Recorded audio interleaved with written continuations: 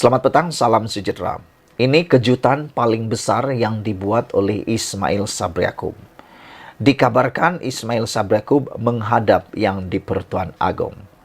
Tindakan yang Ismail Sabri Yaakob menghadap yang di-Pertuan Agong ini menimbulkan spekulasi yang luar biasa. Apa spekulasinya? Ikuti terus ulasan ini. Saudara-saudara sekalian, kita sudah lama tidak mendengar tentang berita Ismail Sabri Yaakob, bekas Perdana Menteri kita dalam era BN dan Perikatan Nasional. Semalam isu paling hangat melibatkan Ismail Sabri Yaakob dengan Ahmad Maslan. Pertikaian antara mereka berterusan disebabkan kenyataan Ahmad Maslan bahwa kekalahan BN berpunca daripada kelewatan PRU15 disebabkan keputusan salah oleh pihak Putrajaya. Perkara itu, dakwaan itu dijawab pula oleh Ismail Sabri Yaakob dengan mengatakan bahwa punca kekalahan Barisan Nasional dalam PRU15 disebabkan Barisan Nasional dan UMNO khususnya mempunyai setiausaha yang berfikiran, mempunyai nilai simplistik seperti itu, kata Ismail Sabri Yaakob. Namun hari ini kita digemparkan dengan perbuatan dan tindakan Ismail Sabri Yaakob yang telah pun menghadap yang di-Pertuan Agong. Apa halnya? Apa beritanya? Walhal Ismail Sabri Yaakob sudah tidak punya apa-apa jawatan, tiada kapasiti lagi di dalam UMNO juga. Tapi apa sebab Ismail Sabri Yaakob menghadap yang di-Pertuan Agong? Itu menjadi persoalan netizen sampai ke petang ini. Yang di-Pertuan Agong, Al-Sultan Abdullah Riyatuddin Al-Mustafa Bilal Shah menerima menghadap Perdana Menteri ke-9 Datuk Seri Ismail Sabri Yaakob di Istana Negara jam 11.30 pagi Jumaat. Ismail Sabri dalam hantaran Facebook miliknya berkata, beliau menyembah maklum kepada baginda yang di-Pertuan Agong mengenai program-program dirancang di bawah Yayasan Keluarga Malaysia YKM. YKM bertanggung jawab membentuk anak-anak yatim yang kedua ibu bapa mereka meninggal dunia akibat COVID-19 dan ibu bapa yang meninggal akibat kemalangan jalan raya serta bencana yang lain dari aspek kebajikan dan pendidikan. Rupa-rupanya andaian netizen, spekulasi netizen berkaitan perjumpaan yang di-Pertuan Agong dengan Ismail Sabri Yaakob tidaklah seperti yang dijangka.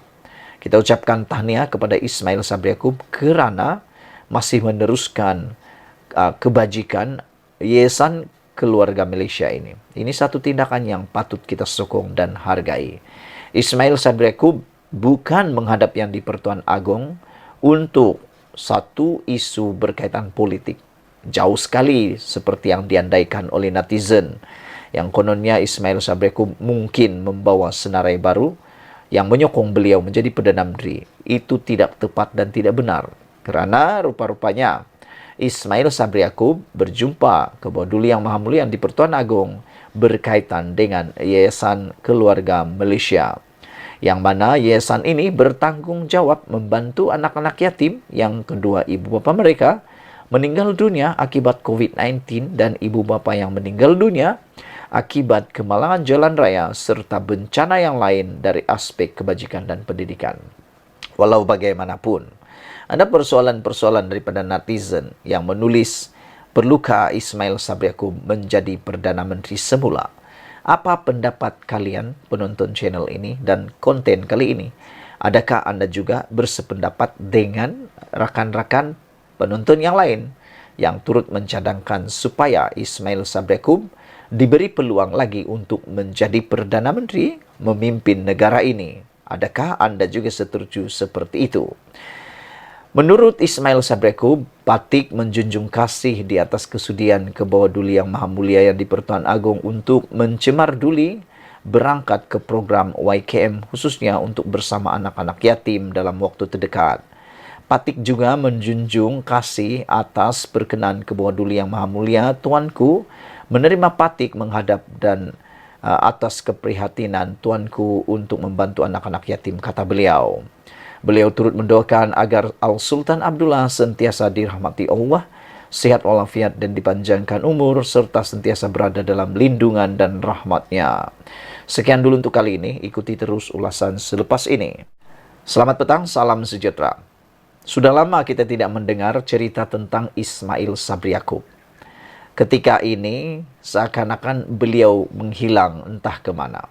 Walaupun beliau telah pun pernah menjadi Perdana Menteri dalam era pemerintahan gabungan Barisan Nasional dan Perikatan Nasional. Dalam tajuk yang baru saya baca sebentar tadi, salah satu perkara yang menarik perhatian kita ialah Ismail Sabri Yaakob mempertahankan keputusan beliau membuat keputusan untuk melaksanakan pilihan raya ke-15 mengikut acuan beliau. Saudara-saudara sekalian, beliau kata pandangan simplistik seperti Ahmad Maslan, punca BN kala. Pendedahan daripada Ismail Sabri Yaakob ini memang menarik kerana menjawab apa yang dinyatakan oleh Ahmad Maslan yang mengatakan bahawa kelemahan dan punca antara punca kekalahan UMNO ialah kerana tarik dan pelaksanaan parlimen, bubar parlimen dan pilihan raya umum. Namun demikian, Ismail Sabri Yaakob akhirnya tampil mempertahankan diri dengan menyatakan pandangan simplistik seperti Ahmad Maslan, punca Barisan Nasional kalah. Menjawab kritikan Ahmad Maslan, bekas Perdana Menteri Ismail Sabri Yaakob berkata, kekalahan Barisan Nasional pada pilihan raya umum lalu disebabkan UMNO membuat andaian mengenai sokongan kepada parti itu tanpa berasaskan kajian komprehensif dan fakta. Ismail yang juga bekas naib Presiden UMNO mempersoalkan unjuran UMNO ketika itu bahawa BN boleh menang melebihi 112 kerusi. Hakikatnya, pandangan yang simplistik tanpa fakta dan statistik oleh bekas Setiausaha Agung UMNO Ahmad Maslan seperti inilah yang menyebabkan Barisan Nasional kalah dalam PRU 15. Unjuran UMNO pada ketika itu, BN boleh melepasi 112 kerusi dan boleh membentuk kerajaan secara solo. Soalnya, apakah ada kajian sikap secara komprehensif telah dilakukan sebelum membuat unjuran tersebut? Kerana akhirnya Barisan Nasional hanya tinggal 30 kerusi di Dewan Rakyat. Namun kerana yakin menang tanpa fakta, akhirnya Barisan Nasional kecundang dalam PRU 15, kata Ismail Sabri Yaakob dalam satu kenyataan. Semalam Ahmad Maslan yang juga ahli Majlis Kejahatan Tinggi MKT berkata, masa yang tepat adalah faktor yang penting dalam politik bagi membolehkan parti itu mencapai kemenangan dalam pilihan raya. Ahmad Maslan mengatakan beliau memberi bayangan nasib UMNO mungkin tidak seteruk sekarang jika pihak Putrajaya patuh kepada kehendak parti supaya PRU diadakan tidak lama selepas pilihan raya negeri di Melaka serta Johor diadakan. Ia dipercayai merujuk kepada sekumpulan pemimpin UMNO yang berada dalam kerajaan ketika itu diketuai Ismail Sabri. Ismail Sabri ketika itu menjadi salah seorang daripada naib Presiden UMNO. Mengulas lanjut, Ismail Sabri berkata, sebagai Perdana Menteri pada ketika itu, dia mendapat laporan daripada pelbagai agensi yang menunjukkan suasana pada ketika itu BN masih tidak mampu untuk menang. Katanya, PRN tidak boleh dijadikan sebagai indikator untuk menentukan kejayaan BN dalam PRU kerana keadaan politik negara amat dinamik. PRN dan PRU adalah dua perkara yang amat berbeza. PRN lebih tertumpu kepada isu negeri, khususnya prestasi kerajaan yang mentadbir negeri pada ketika itu. PRU melibatkan isu nasional, apatah lagi persepsi terhadap BN secara keseluruhannya masih tidak baik pada ketika itu, kata Ismail Sabri Yaakob. Inilah punca sebenar kekalahan Barisan Nasional kerana mempunyai bekas Setiausaha Agung UMNO yang hanya sekadar boleh membuat andaian mudah berlandaskan logik akalnya sahaja tanpa mempunyai statistik sokongan peringkat persekutuan kepada BN, kata beliau lagi.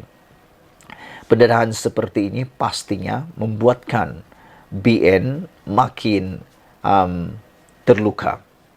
Kita nantikan drama selepas ini, apa yang akan terjadi. Adakah dengan perkara-perkara seperti ini akhirnya akan membuatkan Ismail Sabri Yaakob diberikan tindakan tata tertib, atau dengan sendirinya Ismail Sabri Yaakob akan meninggalkan UMNO karena telah pun diserang buat kali sekian kalinya lagi. Ismail Sabri Yaakob terus menerus diserang, dianggap juga dikatakan sebagai pihak Putrajaya ini, dan secara tidak langsung ianya menjadi punca kekalahan kepada Barisan Nasional. Adakah dengan ini, apabila sudah serik dan sudah tidak tahan lagi diserang terus-menerus, adakah Ismail Sabri Yaakob akan secara sendirinya meletakkan jawatan dan menyertai partai lain atau membentuk partai lain? Sekian dulu untuk kali ini, ikuti terus ulasan selepas ini.